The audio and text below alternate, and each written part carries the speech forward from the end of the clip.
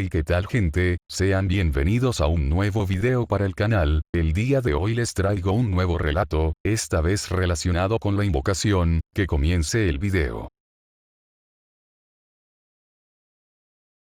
¿Cómo atraer a un vampiro?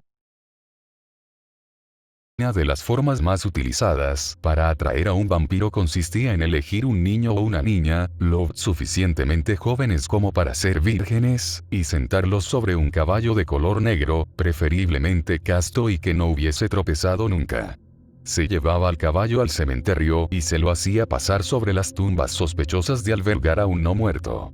Si el animal se rehusaba a pasar sobre una de ellas, era una clara señal de que allí estaba enterrado un vampiro. Acto seguido, se sentaba a los niños sobre la lápida y luego se les llevaba a un lugar seguro. Cuando cayese la noche, el vampiro seguiría invariablemente el rastro odorífero dejado por los infantes, y de este modo caería en una trampa letal. Esta creencia está muy bien descrita en la novela de vampiros de Anne Rice, Entrevista con el vampiro, Interview with a Vampire. Graveyard, tumba de vampiros. Algunos folcloristas sostienen que originalmente las lápidas no tenían el propósito de ilustrar sobre la vida pasada del difunto, sino que eran un método para impedir que los vampiros se levanten de sus tumbas. Existen otros métodos, acaso más modernos, para atraer a los vampiros, los cuales consisten en aplicar inversamente los ritos tradicionales para alejarlos. Por ejemplo, así como los vampiros odian el ajo, adoran en cambio el aroma de las amápolas. Estas flores ejercen un tremendo magnetismo en los vampiros y los llevan a cometer toda clase de imprudencias para obtenerlas. En los mitos de Europa del Este encontramos muy pocos remedios tradicionales para convocar a los vampiros, ya que en esa zona los vampiros suelen ser bastante poco agradables y de existencia miserable. Voltaire solía burlarse de ellos diciendo que la creencia en vampiros es directamente proporcional a la ignorancia de los pueblos que profesan su fe. Pero en la iluminada cultura de la Europa de Voltaire también se agitaba el germen del vampirismo, el cual adquiría muchas formas.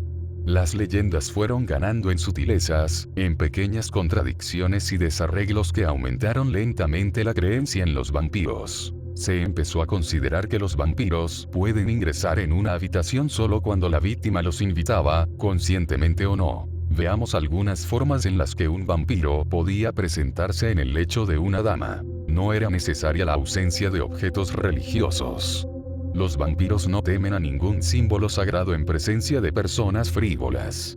Solo los aborrecen cuando las cruces y relicarios operan como catalizadores en manos de hombres de probada fe. Las rosas, en cambio, producen en los vampiros un fuerte rechazo, especialmente las blancas.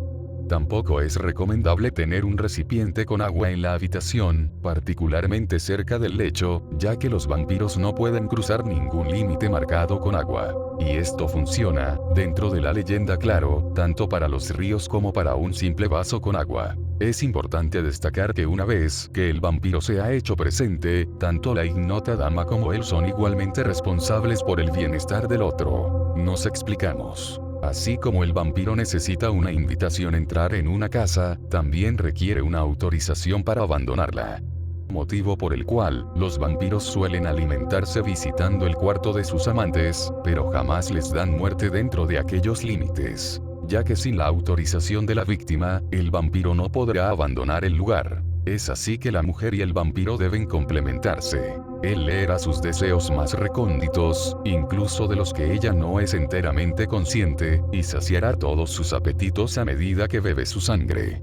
Ella le ofrecerá el cáliz de su cuello. Se irá diluyendo entre sus abrazos, pero el placer será apenas una anticipación, un preludio, y jamás terminará de consumarse. Y cuando la sombra del vampiro abandone la habitación, nuestra desconocida dama creerá haber tenido un sueño espantoso, sentirá sobre sus labios los ecos de un beso frío, helado como la tumba. Su cuerpo temblará, sus dedos recordarán la textura etérea de un cuerpo lívido que se niega a permanecer en la memoria.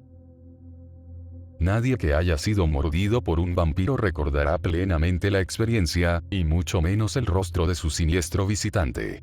La noche será como una pesadilla, agitándose en un rincón inaccesible de la mente. ¿Sucedió aquello? ¿Fue un sueño? Se preguntará razonablemente. Podemos imaginar a esta mujer hipotética luchando por conciliar el sueño, con la mente atribulada por dudas y un horror que se resiste a ser evacuado por la lógica. La habitación parece cerrarse sobre ella, con sus paredes ensombrecidas y las cortinas ondulando suavemente con la brisa nocturna. Y en el preludio del sueño, donde la conciencia se abre paso hacia lo imposible, tal vez la veamos estirar sus dedos temblorosos para verificar la lubricidad de su sexo envuelto en tinieblas, intentando recordar en vano un momento que acaso jamás tuvo lugar. Entonces verá, sobre la blanca palidez de las sábanas, una diminuta perla púrpura, la joya roja de sus venas, y ya no habrá más incertidumbre.